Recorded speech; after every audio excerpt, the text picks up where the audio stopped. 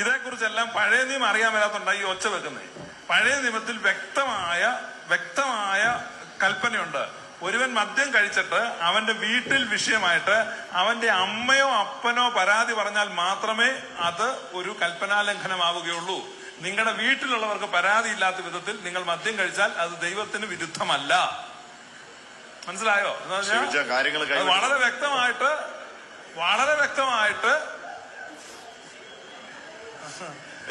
കനാനായിലെ അച്ഛൻ തന്നെ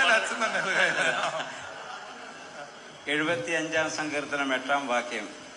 യഹോവയുടെ കയ്യിലൊരു പാനപാത്രമുണ്ട്, വീഞ്ഞു നുരയ്ക്കുന്നു, മദ്യം കൊണ്ട് നിറഞ്ഞിരിക്കുന്നു, അവൻ അതിൽ നിന്ന് പകരുന്നു.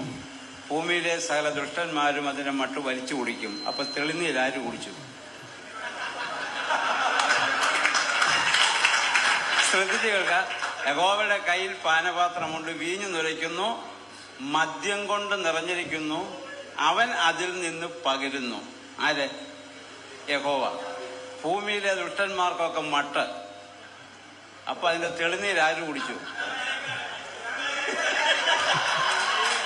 പറ. ഒന്നീ യഹോവ കുടിച്ചു, അല്ലെ നീതിമാന്മാര് കുടിച്ചു, അല്ലേ? പിന്നെ ഈ പാവ കുടിച്ചാൽ മട്ട കുടിക്കുന്ന പ്രശ്നം.